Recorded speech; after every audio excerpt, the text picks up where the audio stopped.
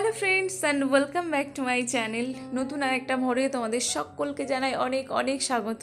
আশা করি সবাই ভীষণ ভালো আছো, আমিও খুব ভালো আছি। তো আজকে সকাল সকাল বসে গেছি, 3টের মধ্যে অলরেডি পড়তে বসে গেছি।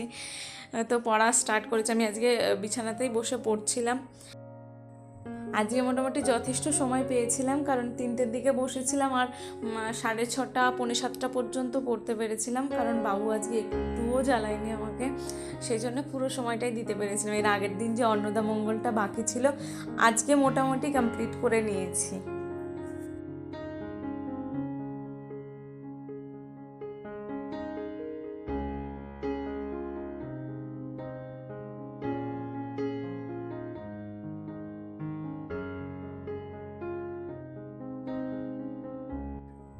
ওটা কমপ্লিট করার পর এখন দেখো ওরাও উঠে গেছে, বললো চলো একটুখানি হেঁটে আসি।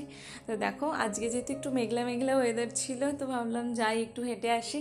একবারে হাঁটতে গিয়ে দেখলাম রাস্তার পাশে মাছ রয়েছে, মাছ নিয়ে আসলাম। আর আসার সময় দেখছি ফুল তোলা হয়নি, তো আজকে আসার সময় রাস্তার থেকে কটা ফুলও তুলে নিয়ে একবারে চলে এসেছি।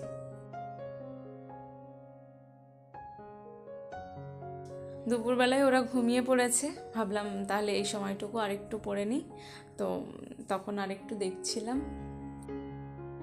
দুপুরবেলাটায় আজকে আমাদের এখানে প্রচণ্ড বৃষ্টি হচ্ছিল, ঘরের মধ্যে পড়তে বেশ ভালোই লাগছিল, কারেন্টটা ছিল যেহেতু তাই অসুবিধা হয়নি।